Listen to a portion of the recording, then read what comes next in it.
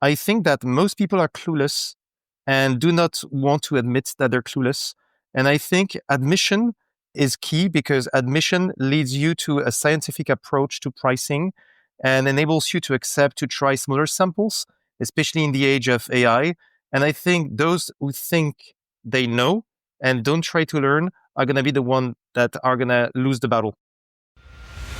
Coffee's for closers only. So we've established my proposal is sound in principle. Now we're just haggling over price. Let's see how much we're going for on eBay. Man, it's the same as Dunkin' Donuts. Costs 15 times the price.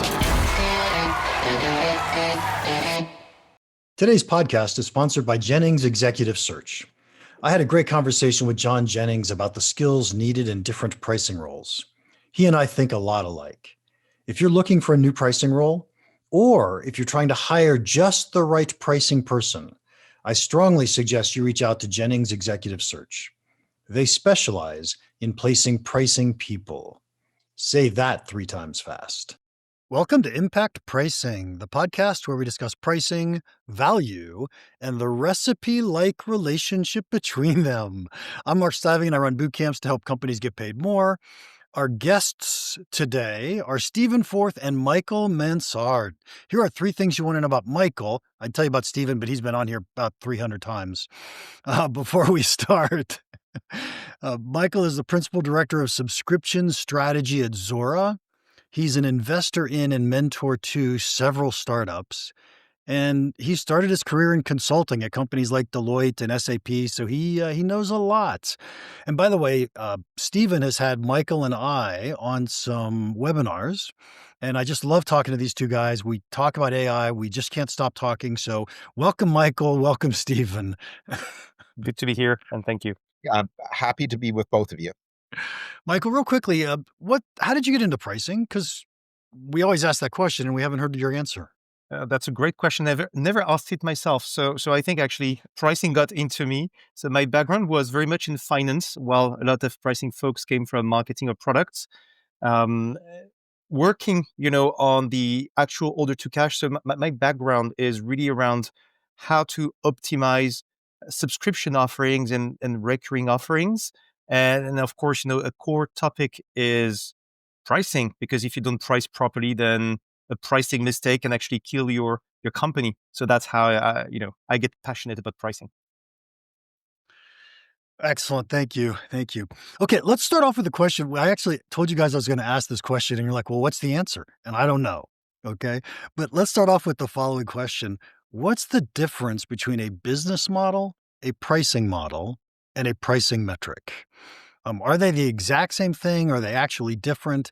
And I also told you that I went and asked Perplexity before I asked you guys this question. But let me just hear your thoughts. I mean, do we use these interchangeably? Do they mean something different? Stephen, go ahead. You're shaking your head like you have an answer. Okay, yeah. I think I think these are nested. So the business model is a larger construct and includes things such as how do we innovate? How do we go to market? What is our larger strategy and our larger positioning? And the pricing model exists to support the business model. So one of the things that we do when we're talking to people is we use Roger Martin's strategic choice cascade, but we have aligned it with pricing strategy. And one of the first things we do is to say, okay, how will your pricing strategy align with your larger strategy? So the pricing strategy is one piece of how you execute on a business model. And then pricing metric is I think, fairly straightforward. It's important to differentiate the value metric and the pricing metric. The value metric is the unit of consumption by which a user gets value. And the pricing metric is the unit of consumption for which a buyer pays. That's my summary. Okay, so I might disagree slightly on the value metric definition, but let's not go there quite yet. And can you give us an example? Of a pricing metric versus a value metric? No. I'm sorry. A company that has a business metric that's different than a business model different than a pricing model, different than a pricing metric. So the pricing metric is part of the pricing model, but it's not the whole thing. But it's a component in a pricing model. Just like the pricing model is part of the business model. yeah, it's a subcomponent. Mm-hmm. So I think the business model, especially today, includes things such like how do we innovate? How do we build resilience? And it would be asking a pricing model to do too much work to cover all of those, cover off on all of those things. Okay, so before I push any more, Michael, do you have any thoughts on that? I agree completely with Stephen. The way I see it is for a given package, set of features you put on the market, you actually have a mathematical equation, if I use big words, to actually sell it to clients. And that's the pricing model. The pricing model is one of several metrics to put a price against with a mathematical function. Is it flat? Is it variable? Is it prepaid? Is it postpaid? And the metric is, or the metrics, by the way, are the means, the unit of measure that you want to use in order to reflect as close as possible the value metric, right?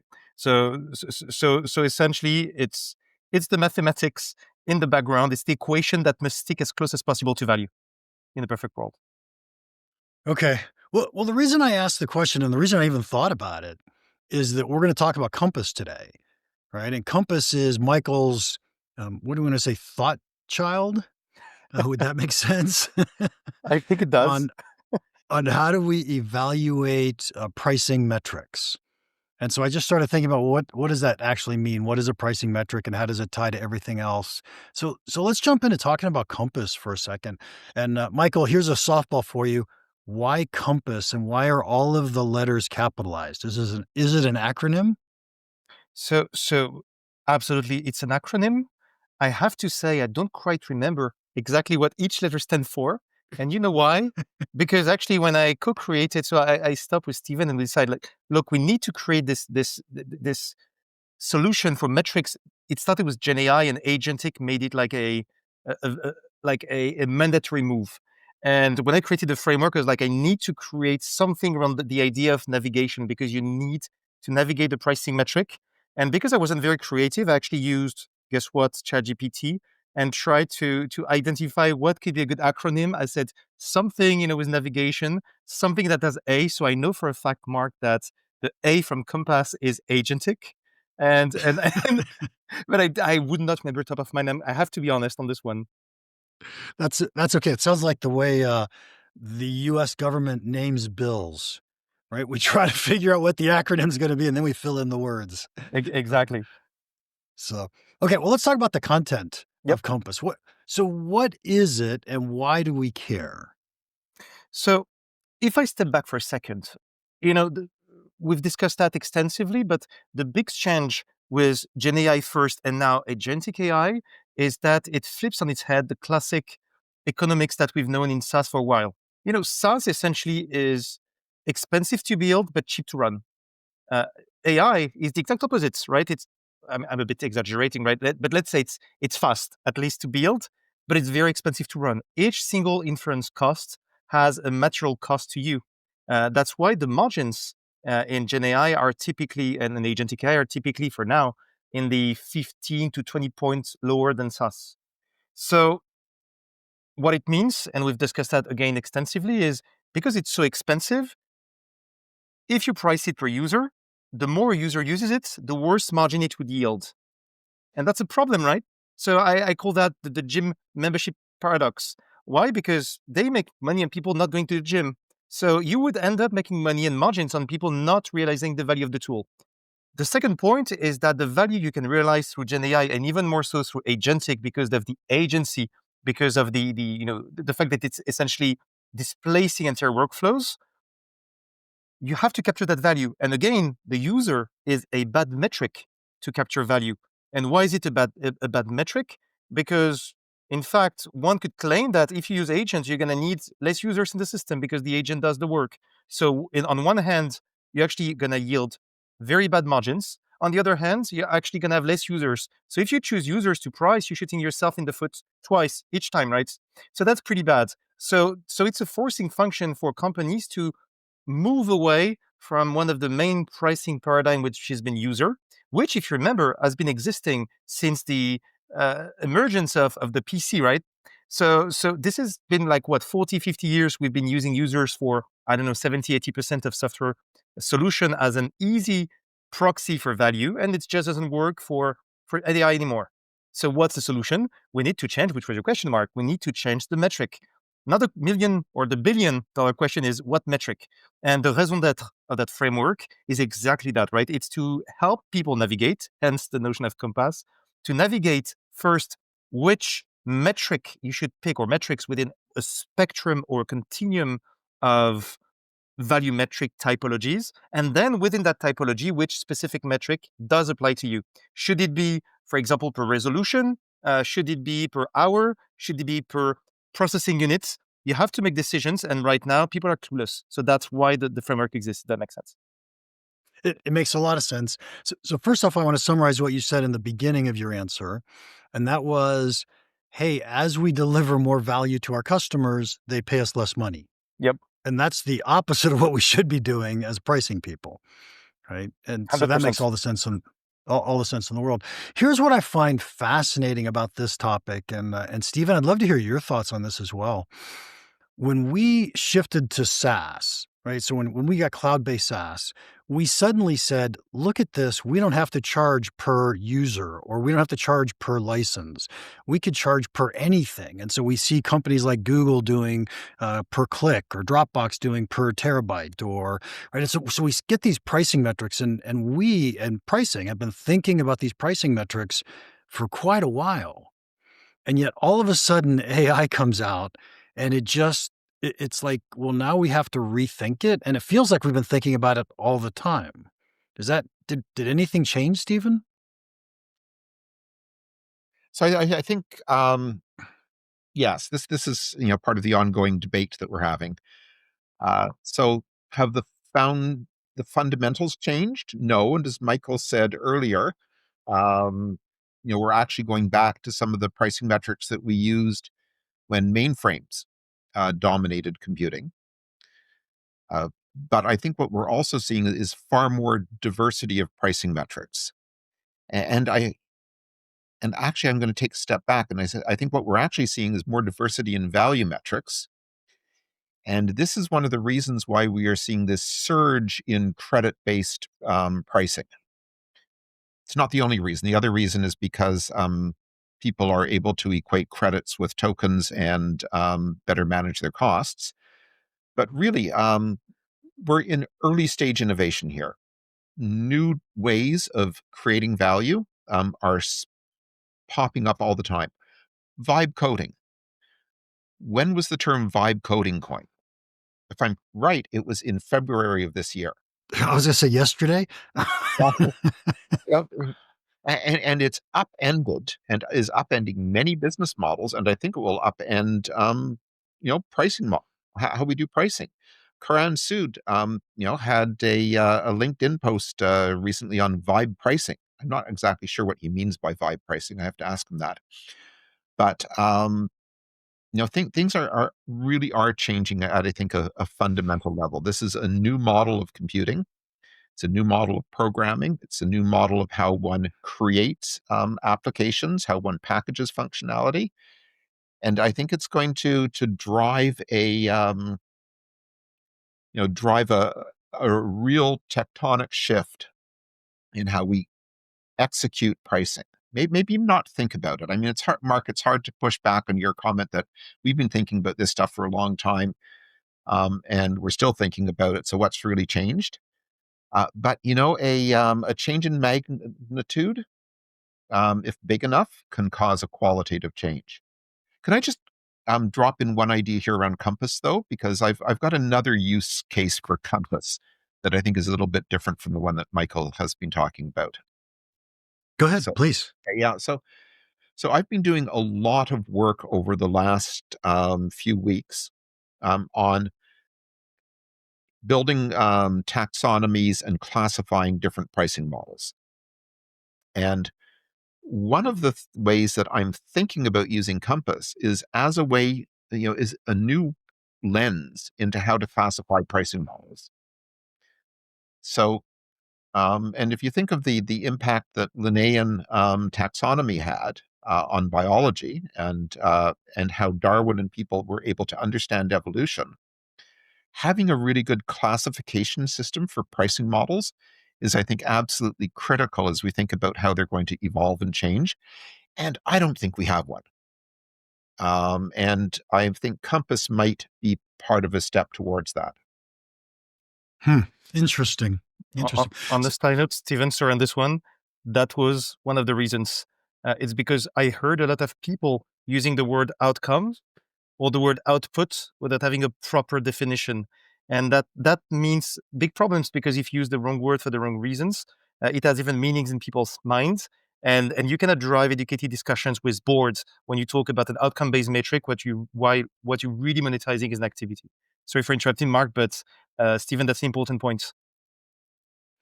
Yeah, and so if I were to, I mean, I always come back to the fact that, look, pricing fundamentals haven't changed. It's the same that we've always been thinking about, but it feels to me like what's really changing in AI is we've put this new capability in there where it's really, really hard for us to figure out what's the value we're actually delivering. Because we can deliver so many broad levels of value, so many different pieces of value, that it's hard to say, here's what the value metric looks like, or here's what the outcome looks like. And so I think we do come back to things like tokens and costs in a lot of cases, because I don't know if you've heard me talk about platforms versus solutions, right? And so it feels to me like here we are, we've got this platform because it does so many different things.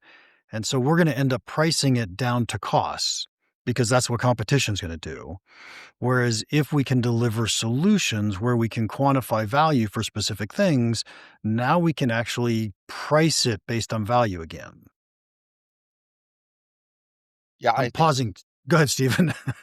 Yeah. This brings up what we were talking about, I think, before we got started recording, which was, Price FX introducing 125 agents. Something I think we need to dig into and explore at a later date. But if you have 125 agents, do they each have different pricing metrics? That sounds crazy making. Do they each have different value metrics? Are there that many real value metrics? How do these agents get grouped or will they be grouped and packaged? I don't know. I hope PriceFX knows. But yeah, I think we're shifting into quite a different world, and the speed at which things are moving is just crazy making. I've been telling people I've seen more change in my part of the technology world in the last 6 months than I've seen in my entire lifetime. And I've been through the first use of the internet, and email, the walled garden period, the introduction of the World Wide Web and browsers, the tech boom, the tech wreck, the shift to subscription, the financial crisis, and so on and so forth. I have lots of scars, but what I've seen more change in the last 6 months than I could have imagined in December. So Michael, I'm going to ask you a really hard question. Ready? Stephen and I already know we disagree on something. So before we disagree, what is a value metric?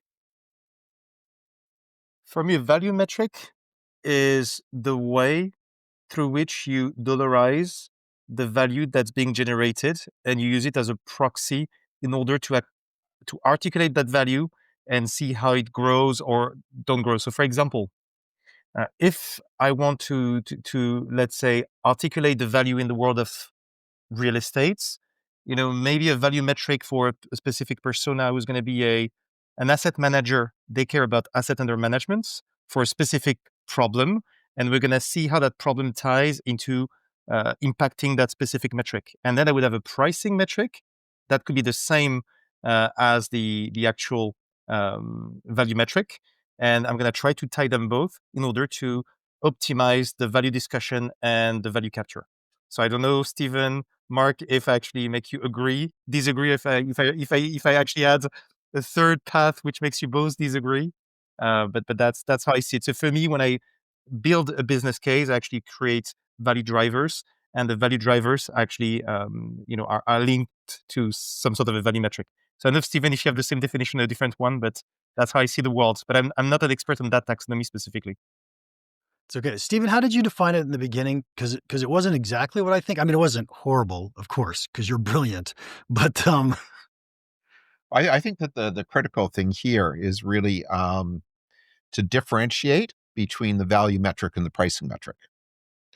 So that to me is what's really important. And without naming them, there are some consultants and pricing people that confuse the two. So to me, the critical distinction here is that the value metric is not identical to the pricing metric. That the value metric comes first, and that the value metric should shape and influence the pricing metric. Now, how you do that is, I think, part of the art of how you design pricing models, and there are different ways to do it. But the differentiation between the two are critical. So my sort of rote definition of the two are that value is the unit of consumption by which a user gets value. So that's the value metric. And the pricing metric is the unit of consumption for which a buyer pays. okay. I think the only thing I disagree with that definition, Stephen, is the words unit of consumption, right? I think everything else I would agree with completely. I think of a value metric as what is the KPI my customer expects to move when they buy and use my product. And so they may not be consuming, let's go to assets under management, right? So they may not be consuming anything that has to do with assets under management, but my goal is to help you increase your assets under management. So that's the KPI that they're using. And so I think of that as the value metric. What's the value? They're going to say, Mark, you did a great job because you helped us improve our assets under management. Great, you added value. Yeah. So I think that there are many different ways that one can define value. In Ibaka's approach, we have a first tier taxonomy of 6 types of value drivers. And then one can unfold that into a sort of second tier of the taxonomy, which we keep private because we use that a lot in our AIs now. So I don't think there's a disagreement. And I think your point about consumption is true in some cases.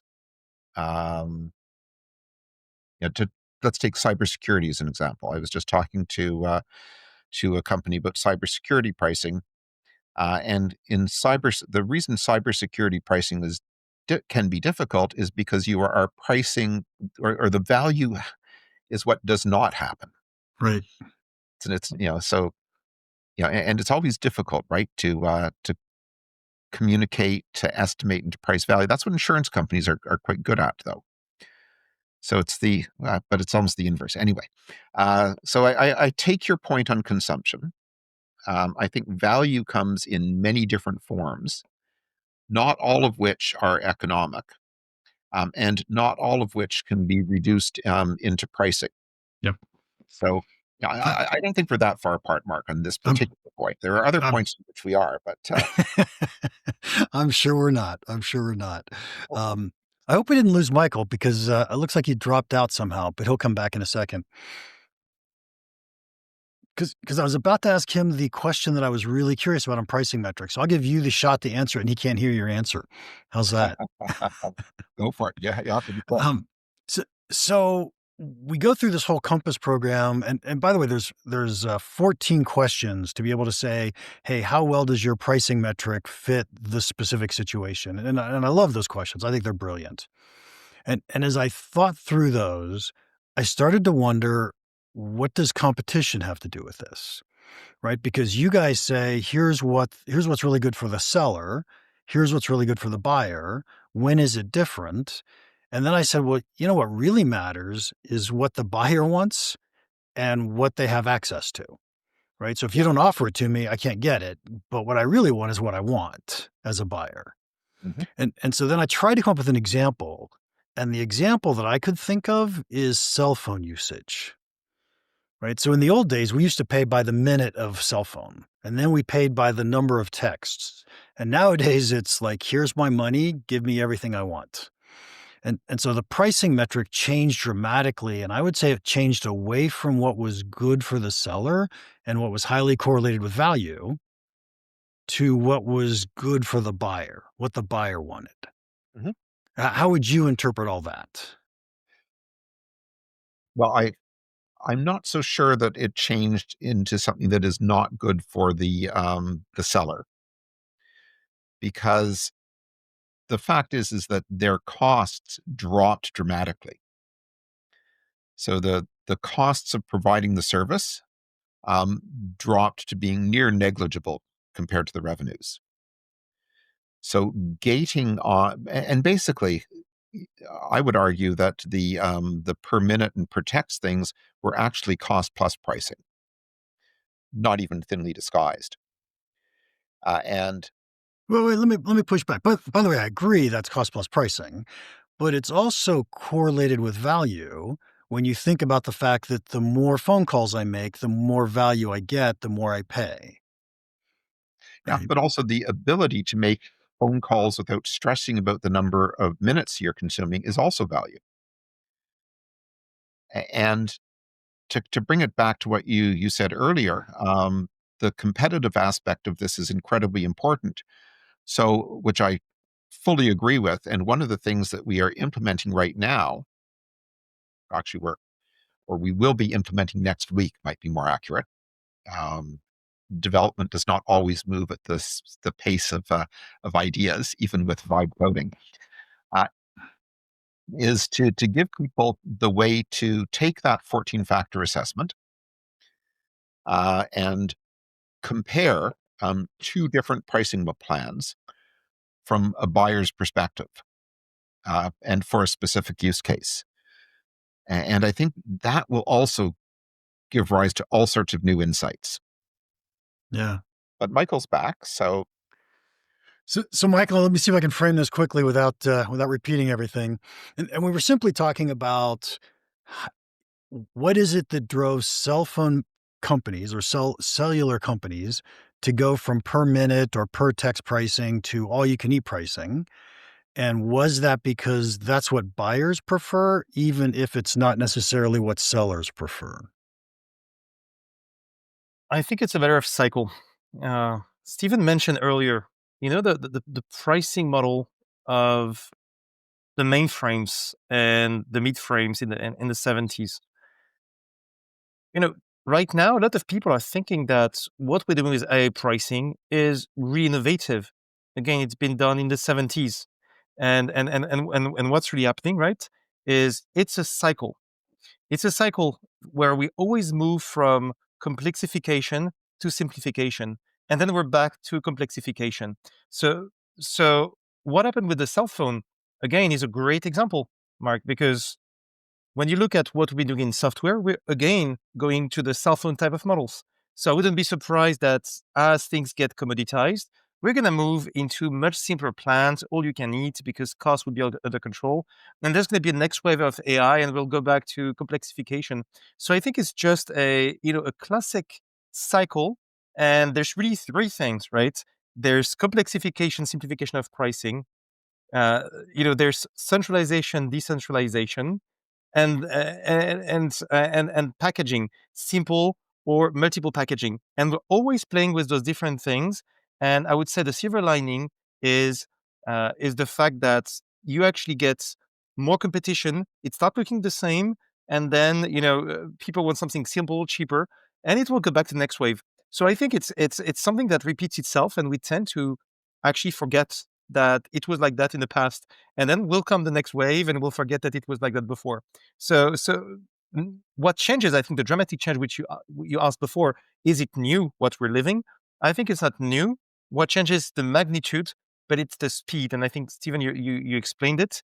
And I think now the speed at which those cycles happen is going to be much faster. So maybe next time we'll remember that actually, it was like that, because the cycle, when you look at mainframe, it was roughly a 30-year cycle when we moved from mainframe to personal computers. Then it was a 20 cycle when we moved to internet and cloud. Then the usage-based model, when we moved from flat subscriptions to consumption, was 10 years. AI was 5 years. So probably the next wave would be 2.5 years, right? So it seems that the change now is the magnitude and the speed. I don't know if you'd agree with that, but it's just history repeating itself. Okay, so I can certainly agree that it's moving faster, that it's the cycle that's shrinking. I think that makes sense. But I like to understand why the cycle even exists, right? So what is it that's different about the beginning of the cycle versus the end of the cycle? And it feels to me like you said, and I think you agreed with this, and that is that it's competition that is saying, hey, we figured out how to simplify the packaging, we figured out how to simplify the offering or the pricing, Drop the and cost. so we can drop the costs overall, and so we can drive this to something that's easier for buyers that buyers prefer. Okay, so let's say that we all agree with that. Stephen may not, but let's say we all agree with that. How does Compass capture that concept? Right? Is Compass capturing today's situation, or is it capturing what buyers are going to want tomorrow? And as a competitor, I want to be tomorrow's provider, not today's provider. It's an excellent question. So Mark, on this one, I have a much more accurate answer than what the letters stand for. Trust me. So first, if I just step back for a second, what is interesting is I would define Compass as an evergreen framework. I cannot tell for the future, but at least from the past, meaning that you could actually review past pricing decisions in light of Compass. And answering precisely your question, in the Compass framework, you do have several questions that you have to score. There's, in fact, two things in the framework. The first part is that you actually have to decide in which type of metric typology you should play. So that, is not related to your question, but that's the first thing you do. Then the second thing you do is within that metric typology, you have to go through 14 fit check questions. And some of these questions, and that's where I thank Stephen, because he's been working with me on that, by the way. So thanks, Stephen. We decided to actually put the seller lens, but also the buyer lens. So by actually going through the question through the dual lens, first, it helps you make sure that it creates positive differentiation across the different questions. And moreover, there are questions around, is this a positive differentiation vis-a-vis competition? So there's different questions that are going to help you score. So by using the score, and of course, that's why you also have to do it on a continuous basis, you will always make sure that your pricing metric and model, by the way, and again, thank you, Stephen, because I thought that Compass was for the pricing metric. And Stephen asked me to step back and say, listen, the framework does work for, in fact, assessing the entire model, not just the metric. So by going through the 14 fit check question mark at a given time, that's why you have to revisit the framework continuously. It helps you make sure that you have positive differentiation and that you're still relevant. So it's a living creature. So the framework helps you always reassess. So, and not just from your own me, myself, and I perspective, but also vis-a-vis the ideal customer profiles that you serve. Yeah. Stephen, anything to add to that? I want to go back to the sort of beginning of your question, Mark, which is, why does this happen? Why do we have this start simple, get complex, then get simple again cycle? And I think this is deeply ingrained into the nature of evolutionary systems. And technology is an evolutionary system, and pricing is part of that evolution.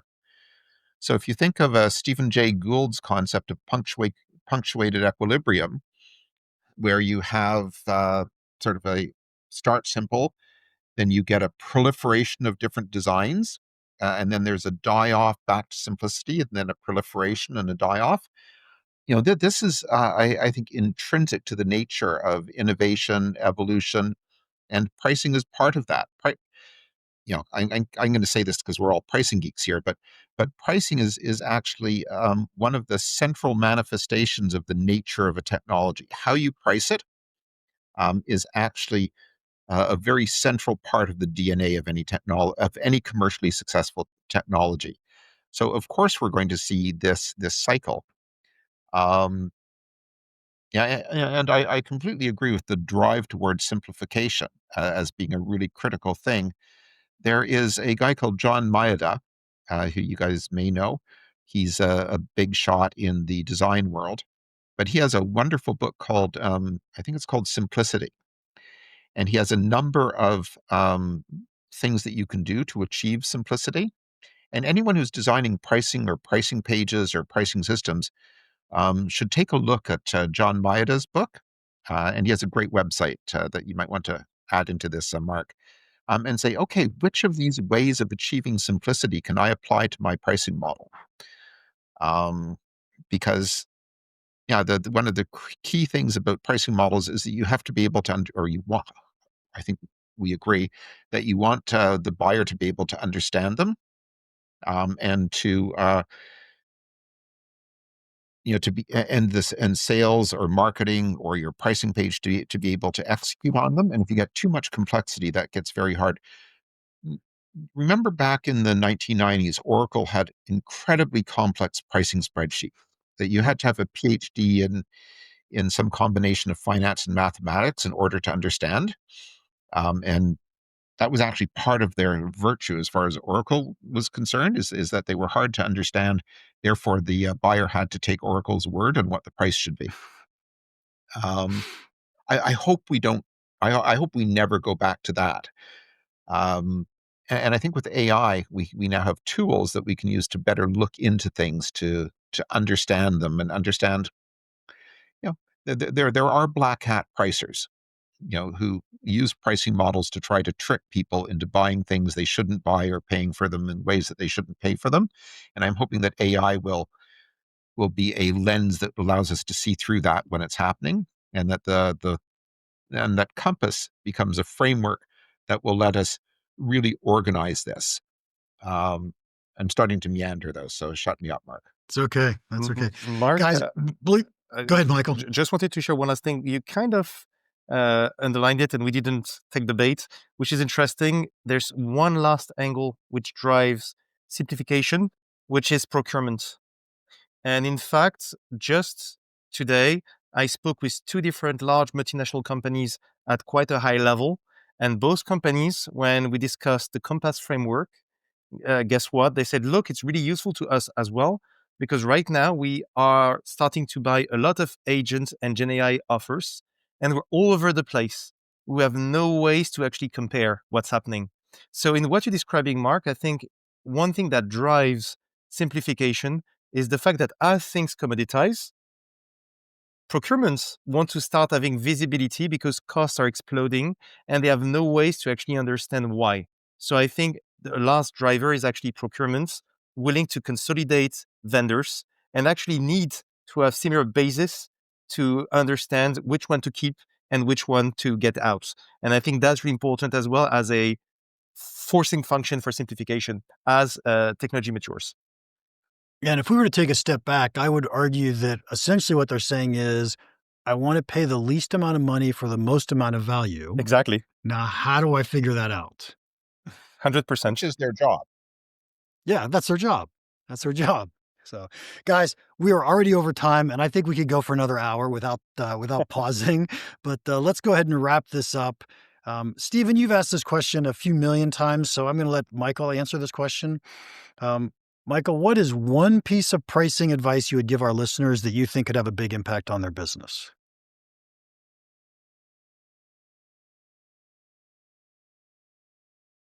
I would say right now, not to fear mistakes and iteration. I think that most people are clueless and do not want to admit that they're clueless. And I think admission is key because admission leads you to a scientific approach to pricing and enables you to accept to try smaller samples, especially in the age of AI. And I think those who think they know and don't try to learn are going to be the ones that are going to lose the battle because you're going to have to iterate at an extreme speed and being humble and really focused on the client. And to Stephen's point, not try to put tricks on your clients to extract money where you shouldn't be extracting money is going to be a fatal sin. So I would say being humble and being open to iteration and to have scientific approach to pricing is more essential than ever. Excellent answer. I think we've got to keep trying things. None of us know what's going on yet. So we just have to keep trying. I mean, Stephen might, but the rest of us don't. If things make sense to you today, you need help. Yes. Yeah.